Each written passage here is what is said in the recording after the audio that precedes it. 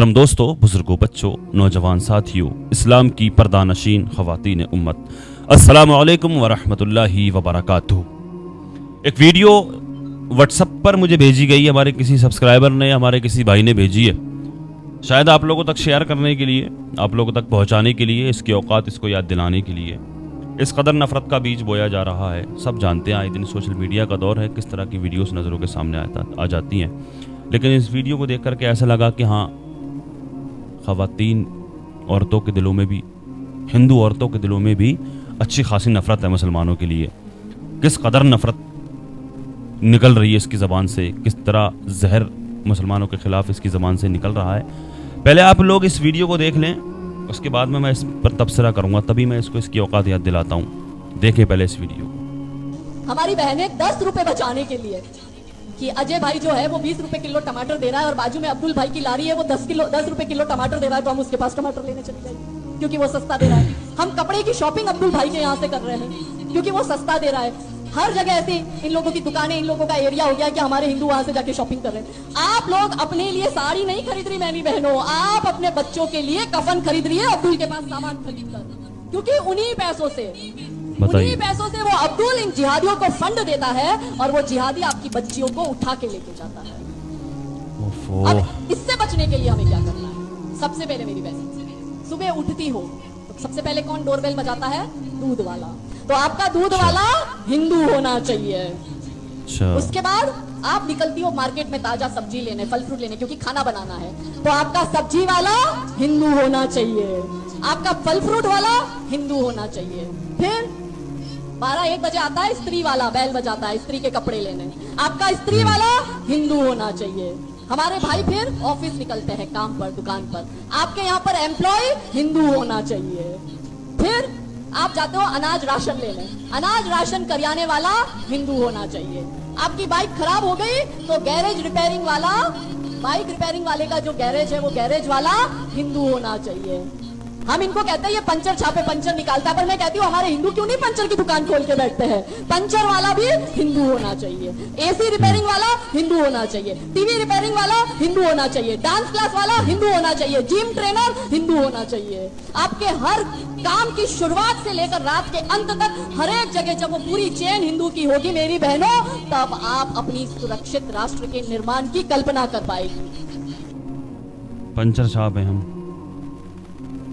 सही बात है, पंचर छाप कह रही है, जिहादी कह रही है, ये भौंक रही है खड़े होकर। तुझे मालूम है ये भौंकने का अधिकार किसने दिया तुझे? यहाँ पर ये जो इस कदर भौंक रही है तो मुसलमानों के खिलाफ, ये जो भौंकने का ये जो ओहदा, जो इज्जत और वक़ार जो दिया, माइक हाथ में माइक पर बोल रही है खड़े होकर, मालूम है यहाँ पर किसने इज्जत का, ये जो इज्जत वक़ार जो है दिया, किसने दिया, कैसे मिला? ये जीने का अधिकार कहाँ से मिला?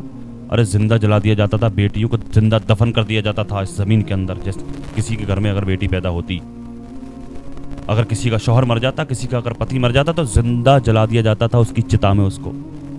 आज ये जो भौंक रही हैं खड़े होकर के, ये झूठा नारा देते हो बेटी पढ़ाओ बेटी बचाओ, मेरे आका ने 1400 साल पहले बचा दिया बेटियों को, बोल रही मुसलमानों के खिलाफ। अब्दुल से खरीदारी नहीं करना है? अरे खूब करना आता है सेब बेचने के लिए मेरे दरवाजे पे। हाँ, अब्दुल भौंकते हो तुम लोग, मेरे दरवाजे पे खूब करना आता है। चाट बेचने वाला नन्हे लाल आता है मेरे दरवाजे पे, मेरे गाँव में, और खाते भी मुसलमान ही हैं सब ज़्यादातर। सब्जी बेचने वाला भी हिंदू आता है। मुसलमानों ने अगर खरीदारी बंद कर दी ना तो जीना दुश्वार हो जाएगा तुम लोगों का, भूखे मरने लगोगे तुम। मुसलमानों के बराबर खा लोगे तुम, मुसलमानों के बराबर खर्च कर लोगे तुम, तुम्हारी बस की बात है। और ये जो कानों में पहने हुई है ना, ये जेवरात जो पहने हुई है, ये किसका? ये मुसलमानों का नहीं है? क्यों पहने हुई? निकाल कर फेंकना है इसको, बोल रही मुसलमानों के खिलाफ। और ये ज़िंदगी जीने का अधिकार जो हक दिलाया ना, ये जो अधिकार दिलाया औरतों को, ये मेरे नबी का सदका है। हाँ, बोल रही है यहाँ पर खड़े होकर बकवास कर रही है मुसलमानों के खिलाफ। जिहादी होता है मुसलमान? किसको कहते हैं जिहाद? क्या मतलब होता है जिहाद का? बोलने तो लगे हो तुम लोग। जिहाद, जिहादी क्या होता है? जिहाद किसको कहते हैं? जिहाद कहते हैं, जिहाद का मतलब होता है संघर्ष, जिहाद का मतलब होता है स्ट्रगल करना। जिहाद को तो ये समझ लिया बिल्कुल जिहादी कि जिहादी लड़कियों को उठा करके ले जाते हैं। किसकी लड़कियों को उठाया किसी मुसलमान ने? अगर मुसलमान भी है, हिंदू भी, कोई भी है, तो दिलाओ ना सजा अगर कोई इस तरह की बात करता है, अगर इस तरह की हरकतें करता है तो मना कब करते हैं? तुम कितने बड़े मर्द हो मालूम है, एक इकट्ठा होकर के 20-30 से कम क्या होते हो, किसी अकेले मुसलमान को मोबलिंग करके मार देते हो तुम। ये ज़िंदगी जीने का अधिकार औरतों को दिलाया तो मेरे आका ने दिलाया। देख, ये मैं नहीं कह रहा हूँ इस बात को, देखिए मुसलमान भी नहीं है, मैं ही नहीं कह रहा हूँ इस बात को, सिर्फ मैं ही नहीं कह रहा हूँ। सुनिए क्या कह रहे हैं, सुनो इसको भी। आप कभी इस्लाम की हिस्ट्री पढ़ो, पूरी दुनिया में अंधेरा था, पूरी दुनिया में। यूरोप औरतें जलाई जा रही थी विच हंटिंग के नाम पे, विच हंटिंग। हिंदुस्तान सती प्रथा, चीन में तो लड़कियों को ऐसे ही मार डालते थे। पूरी दुनिया में अंधेरा, और उस अंधेरे में मोहम्मद साहब लैंप लेकर खड़े हुए। सुभान अल्लाह। इस्लाम, भौंक रही है खड़े होकर, प्रेम, मैसेज, ये है। ये हमसे लोग पूछते हैं, मैं मेडिवल इंडिया पढ़ाता हूं, लोग मुझसे पूछते हैं इस्लाम इतनी ऊंचाई पे कैसे था, मुसलमान इतनी ऊंचाई पे कैसे थे। स्पेन से लेकर चाइना सी, कैस्पियन से लेकर हिंदुस्तान, पूरे इलाके में मुसलमानों का कब्जा। क्यों? क्योंकि वो अपने उस वक्त पैगंबर को समझते थे कि जीतने के सिद्धांत क्या है। जीतना तलवार से नहीं, तलवार से तो लूटा जाता है। चोर किस चीज का इस्तेमाल करता है? तलवार का। इन्होंने मुझसे पूछा कि हम इंस्टीट्यूट का नाम क्या रखें। हमने कहा इकरा रखो, बड़ा अंधेरा है दुनिया में। इकरा मतलब पढ़ो। आज सबसे ज्यादा एजुकेशन में हिंदुस्तान में कौन पिछड़ा? मुसलमान। पैगंबर हमारा कह रहा है, हमारा, वो हम सब के पैगंबर है, किसी खास विशेष के नहीं है। वो कहता पढ़ो, समझो। तैफ शहर का नाम सुना होगा, काफी ताइफ लोग बैठे हो। तैफ, वहां के लोग हुजूर साहब को पत्थर मारते, गाली देते थे। अब हमको कोई यहां गाली दे, और सैफिर यहां के कमिश्नर है, धौले साहब आईजी है, तो मैं तो जाके इनसे कहूंगा कि सब एनकाउंटर करवा दो, मरवा डालो इनको, ये हमको गाली दे रहे सब। जिब्राइल साहब ने हुजूर साहब से कहा कि कहो तो, तैफ शहर दो पहाड़ों के बीच में है, तो उन्होंने हुजूर साहब से कहा कि कहो तो दबा दूं। अरे बोले नहीं, जाने दो। ये लोग ये जो मुझे पत्थर मार रहे हैं ना, किसी दिन यही हमारे पैरोकार होंगे। मैसेज। बेशक। आप पढ़ते को स्ट्रेस लेकर पढ़ना है मुझे नहीं, समझना है। आप पहली गलती पता क्या करते हो? आप स्ट्रेस लेके काम करते। पढ़ना है, मैं नहीं कहता। आप किताबें इतनी प्यारी चीज है, इतनी, पर कब? जब आप उन्हें समझो।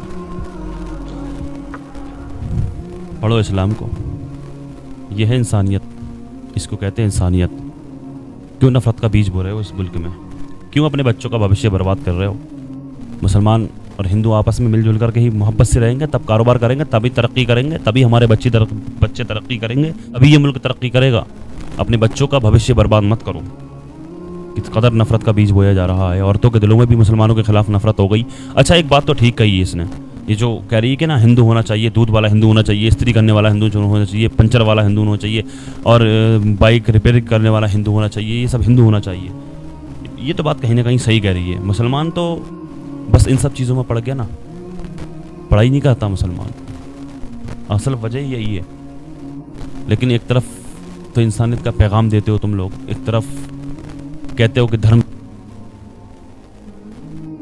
मत लगाओ ये नफरत की आग इस मुल्क में, मत अपने बच्चों का भविष्य बर्बाद करो। औरत हो किस तरह की बात कर रही हो, शर्म आनी चाहिए। क्या बात कर रही है यार। अल्लाह पाक की बारगाह में दुआ है, अल्लाह तबारक व तआला हिदायत अता फरमाए।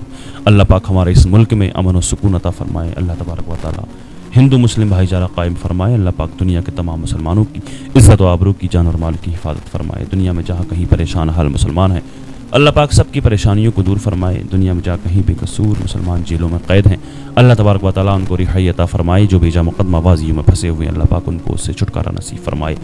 जो बीमार हैं, अल्लाह पाक उनको शिफा अता फरमाए। खुसूसियत के साथ अभी जितने भी लोग इस वीडियो को देख रहे हैं, हम सब में से कोई भी अगर बीमार है, कोई भी अगर किसी भी मर्ज़ में मुब्तला है, हम सब के अज़ीज़ व क़ारी मुहिब्बीन मुताल्लिक़ीन अहबाब सबको जुमला अमराज से शिफायाबी अता फरमाए। जो बेरोज़गार हैं, अल्लाह पाक जायज़ रोज़गार अता फरमाए। जो बे औलाद हैं, अल्लाह पाक नेक सालिह औलाद अता फरमाए। जो साहिब औलाद हैं, उनकी औलादों को नेक सालिह बनाए। अल्लाह तबारक व तआला जिन भाइयों बहनों के हमारे रिश्ते नहीं हो रहे हैं, नेक रिश्ते अता फरमाए। अल्लाह पाक जिन जिन भाइयों बहनों ने कमेंट्स के ज़रिए दुआओं की दरख्वास्त की है, अल्लाह पाक सबकी जुमला परेशानियों को दूर फरमाए।